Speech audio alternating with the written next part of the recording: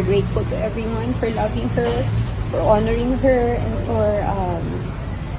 for the love. Actually, lahat po nang nagpapadala ng condolences and their greetings. We really appreciate that. Sa kanila din po kami kumukuha ng lakas, kaming magkakapatid. A lot of people can testify on my mom's generosity. You know, hindi lang sa craft niya, o hindi sa lahat ng bagay. And that's why she's really loved by plenty. Yung pagiging genuine niya and malambing niya sa lahat. The way she helps others also. Walang question yun. So, I think each one who has also, you know, known and been with my mom can testify to that. So, yun, maraming salamat lang.